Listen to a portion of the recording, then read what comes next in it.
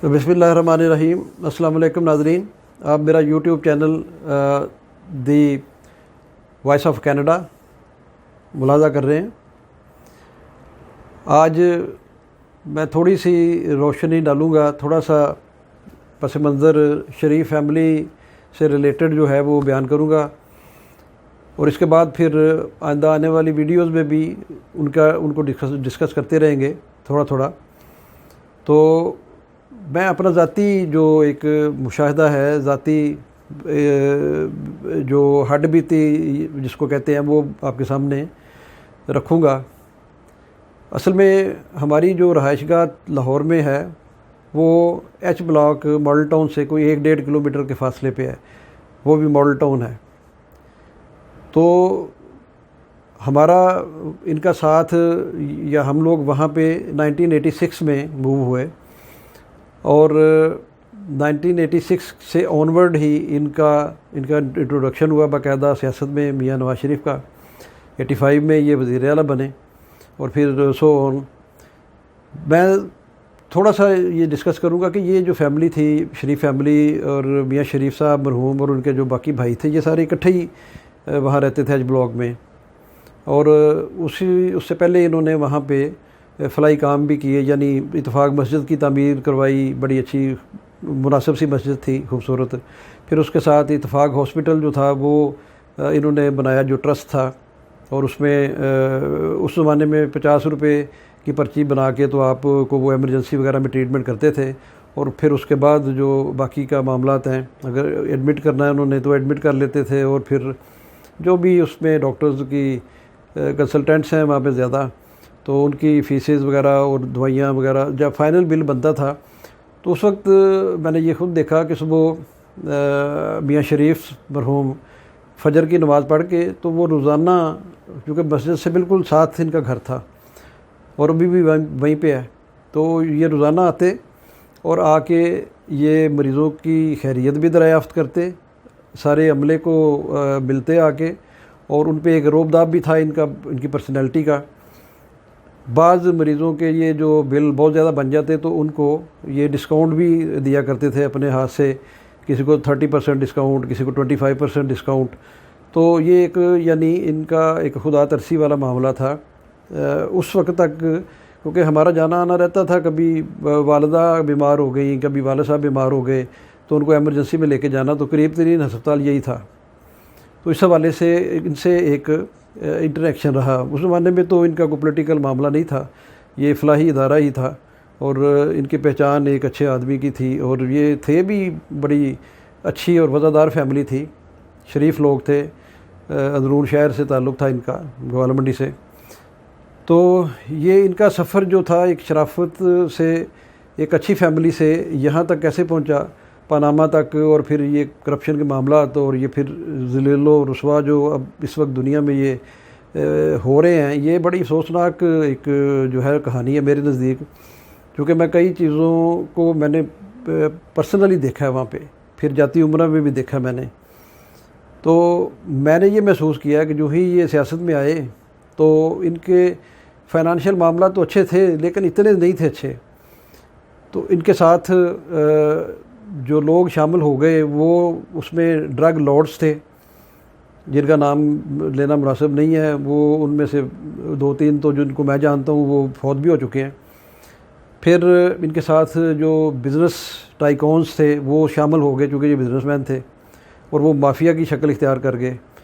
और इसके अलावा इन्होंने जो ब्यूरोक्रेसी थी उसको, यानी अगर कहीं 19 ग्रेड का ऑफिसर की पोस्ट है तो उस पर 18 ग्रेड वाले को ओबलाइज करके लगा दिया, तो उससे मन मर्ज़ी और मनपसंद के काम लिए। अपनी वज़ारत आला के दौरान शुरू में 1985 से 90 तक बहुत सारे ऐसे गैर कानूनी काम किए जो जिनका मैं यानी शाहिद हूँ, क्योंकि मैं पंजाब गवर्नमेंट में भी मैंने 20 साल सर्विस की है, कि in relaxation of all rules and regulations इनके ऑर्डर्स जो थे वो आते थे। और उन मैट्रिक पास मतलब 3rd डिवीज़न को अनट्रेन टीचर्स लगाया गया, मैट्रिक पास को नायब तहसीलदार लगाया गया, मैट्रिक पास को ASI लगाया गया, और वो लोग जो थे वो अब बढ़ते बढ़ते बढ़ते कहाँ से कहाँ चले गए, और फिर उन्हीं लोगों ने इस इदारों को इनको तबाह किया बेसिकली, क्योंकि उनकी काबिलियत नहीं थी। तो ये 2-3 पहलू साथ साथ चलते रहे। एक तो ये ड्रग लॉर्ड्स, ये माफिया, कारोबारी माफिया, ये ब्यूरोक्रेसी, और ये फिर लोगों को इदारों में भर्ती करना जो बिल्कुल ना तजुर्बाकार लोग थे, आम लोग थे, जो यानी इतने तालीम भी अच्छी नहीं थी उनकी। तो ये सारी चीज़ें चलती रही साथ साथ। फिर इनका एक रोब दबदबा बन गया ब्यूरोक्रेसी में, और एक जो शराफत वाली ज़िंदगी थी वो आहिस्ता आहिस्ता एक रौनक वाली ज़िंदगी में बदलनी शुरू हो गई। एक डिक्टेटर शिप इनके माइंड में आ गई कि चीफ सेक्रेटरी को फ़ोन कर रहे हैं, आईजी को फ़ोन कर रहे हैं, और इनके बच्चे भी इसी तरह फिर वो यानी डिफेक्टो किस्म के चीफ मिनिस्टर भी बन गए। तो ये सफ़र इनका इसी तरह चलता रहा। फिर जो लोग इनके साथ ये माफिया शामिल हुए पैसे वाले, उन्होंने बेसिकली इनको जो नाजायज़ पैसा था उसकी लत लगाई, जो मेरी नज़र में है, मेरा गुमान है जो, और उससे इन्होंने लोगों को भी ख़रीदा। क्या डिस्ट्रिक्ट काउंसिल का मेंबर हो, क्या चेयरमैन ज़िला काउंसिल हो, क्या वो कॉरपोरेशन का मेयर है, कॉरपोरेशन के काउंसलर्स हैं, वहाँ से इन्होंने ये करप्शन के मामला जो थे वो उनको यानी एडिक्ट करना शुरू किया, लोगों को पैसे की सियासत शुरू की। तो वो सारे पैसे तो इनके नहीं थे, वो वही लोग थे जो पैसे इनको देते थे, जो फाइनेंसर थे बेसिकली। और फिर उन्होंने बरात भी पाई, बड़े बड़े ओहदे पाए, वहाँ से उन्होंने किक बैक्स ली, कमीशनें ली, पैसा कमाया बहुत सारा। तो ये इनका सफ़र ऐसे आस्ता आस्ता चलता रहा। वजारत आला, फिर वजारत उज़्मा, 3 दफ़ा 2-2 ढाई साल की, और फिर वो एक ज़हनी तौर पे एक हुक्मरानी जो थी वो इनके दिमागों में घुस गई, और इनकी औलादों की दिमागों में भी घुस गई कि हम लोग तो पैदा ही हुक्मरान हुए हैं। हालांकि ये तो एक आम फैमिली थी, ग्वाल मंडी से ये उठ के माल्टोन आए थे, और आम कारोबारी लोग थे, ये कोई बहुत अमीर लोग नहीं थे, ठीक थे। तो ये सिलसिला, ये इनकी फुटिंग, ये इनकी फाउंडेशन ऐसे बनी जो मेरी नज़र में, जो मैंने इनको करीब से देखा। और इसके बाद ये आपके सामने सारी इवेंट चल रहे हैं। फिर ये जो करप्शन की दास्तानें शुरू हुई, और इमरान खान ने एक स्टैंड लिया करप्शन का इनके ख़िलाफ़ काफ़ी अरसे से। तो बिलाखिर वो पनामा का जो केस का फ़ैसला आया उस पे जाके वो मुंतज हुआ, और उसमें मियाँ साहब नाहल भी हुए, सज़ा भी हुई, मरियम को भी सज़ा हुई, मरियम भी नाहल हो गई, और सफदर को भी सज़ा हो गई, और कई सारे जो लोग थे इनके वो सारे नाहल हुए और उनको सज़ाएँ भी हुई। फिर उसके बाद अभी जो करंट सिचुएशन चल रही है इस वक्त, वो इस्लामाबाद हाई कोर्ट से भी जो इनको इश्तिहारी के सर्टिफिकेट जारी किए गए हैं, और फिर वो लंदन तक पहुंचा दिए गए, उनके घरों तक पहुंचा दिए गए। अब मस्जिदों में और जनाब मोहल्लों में मनादी भी कराई जाएगी, जो एक असूल है बेसिकली। बीइंग लॉ स्टूडेंट मुझे ये पता है कि ये करवाते हैं। तो ये सारी सिचुएशन बड़ी एम्बैरसिंग है बेसिकली। मैं समझता हूँ कि जिस तरह की ये शरीफ फैमिली थी, जिनका बैकग्राउंड है, उसमें तो ये यानी एक शरीफ आदमी तो बिल्कुल, उसको चुल्लू भर पानी मिले तो वो उसमें डूब मरने को उसका दिल करता है। तो ये मुझे समझ नहीं आ रही कि ये इनको क्या हो गया है कि ये इनके अंदर से वो जो एक शराफत थी, वो जो गैरत थी, वो बिल्कुल ही ख़त्म हो गई है। और अब ये इदारों के भी ख़िलाफ़ हो गए हैं, फ़ौज के ख़िलाफ़ हैं, गवर्नमेंट के ख़िलाफ़ हैं, FIA के ख़िलाफ़ हैं, नैब के ख़िलाफ़ हैं।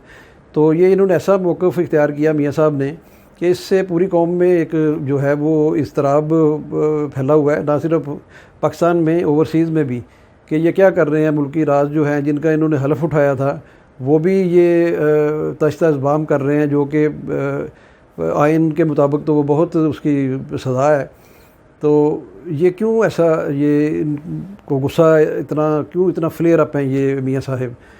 तो ये एक ही वजह इसकी कि ये अभी तक मानने को तैयार नहीं हैं कि हम लोगों को कोई पूछ सकता है, हम लोग अकाउंटेबल हैं, हमारी जो औलादे हैं वो ऐसे ही हैं जैसे शहज़ादे शहज़ादियाँ हैं, उनसे कोई नहीं पूछ सकता, उनके ज़राए आमदन कोई नहीं पूछ सकता। ये अभी दोनों फैमिलियाँ, इसको मैं ऐड कर लूँ अगर ज़रदारी फैमिली भी, तो उनका भी सिमिलर यही सिचुएशन है। वो भी अब बिलावल कभी वो 18वीं तरमीम ऐसे समझता है कि जैसे यानी उनकी जागीर है, कोई लड़काना की, कोई नोडेरों की। और अभी ये जो बंडल आइलैंड में नया शहर बनाने का ऐलान किया प्राइम मिनिस्टर ने, तो उसमें भी अब वो फटा डाल के बैठ गया है और वो यही कह रहा है कि जी ये हमारी ज़मीन है, जैसे ये उनकी ज़ाती ज़मीनें हैं। तो ये इन दोनों फैमिलीज़ ने पाकिस्तान पे ऐसे कब्ज़ा किया हुआ है जैसे ये इनका ज़ाती प्रॉपर्टी है, ये जो चाहें इसके साथ करें। तो स्पेशली अभी तो हर शरीफ फैमिली की बात हो रही है, तो यानी ये मामलात जो है ये समझ से बाहर हैं कि ये कैसे जो है वो ये इस तरह सिचुएशन बन गई इनकी। मुझे याद है कि एक दफ़ा मेरा एक दोस्त जाती उम्रा मुझे साथ ले गया कि चलें आज जुमा की नमाज़ वहाँ पढ़ते हैं। और सबसे पहले हम लोग मरहूम मियाँ शरीफ और अब्बास शरीफ की कब्र उनके वो वहाँ अंदर ही है, एक वो प्लॉट सा है, उसमें उन्होंने एक टेंट उसके ऊपर लगाया है कब्रों के। तो वहाँ चले गए, वहाँ पे हमने फातिहा खानी की, 4-5 लोग और थे। तो साथ ही जी वो ख़बर आ गई जी मियाँ शहबाज शरीफ साहब आ रहे हैं, उस वक्त ये चीफ मिनिस्टर थे, तो वो भी फातिहा खानी करेंगे। तो उस दिन जुम्मा था, हम लोग अभी खड़े ही थे तो शहबाज शरीफ साहब आ गए।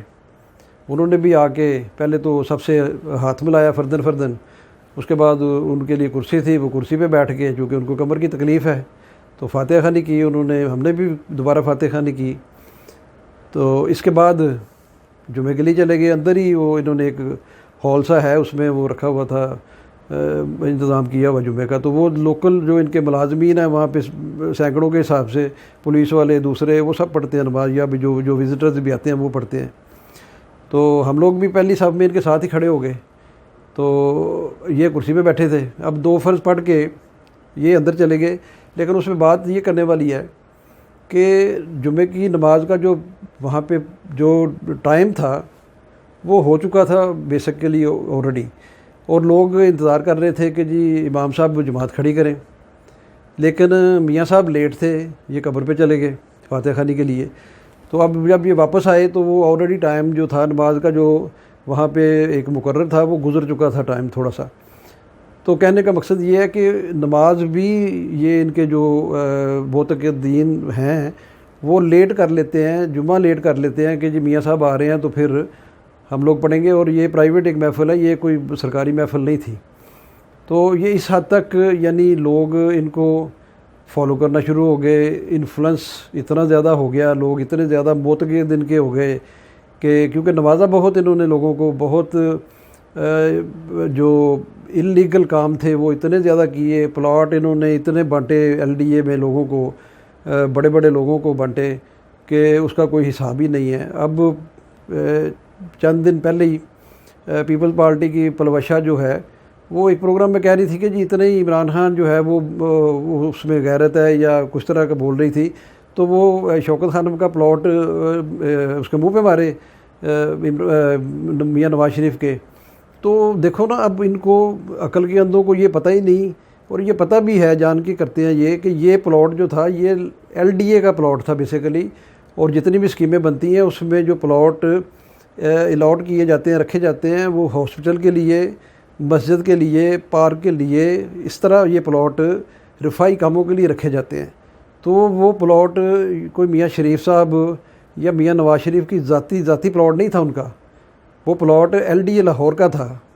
तो ये बातें पता है इनको, जानबूझ के ये इस तरह की बकबक करते हैं। तो खैर बात इनकी हो रही थी शरीफ फैमिली की, तो ये मैं तजिया करने लगूँगा जब या करता हूँ तो मुझे ये समझ नहीं आती कि ये एक इतनी अच्छी फैमिली से इतनी अब यानी नोटोरियस फैमिली कैसे हो गई। तो ये एक सोचने का मुकाम है। इसमें आइंदा आने वाली वीडियोस में भी जो अपने मेरे ज़ाती मुशाहदे हैं उनको मैं डिस्कस करता रहूँगा, और इन तक अगर पैगाम पहुँचे तो ये देखें, अब अपनी उम्रों के आखिरी हिस्सों में है, शहबाज शरीफ देख लें, नवाज शरीफ देख लें, जरदारी देख लें, और ये इनको कितनी बीमारियां हैं।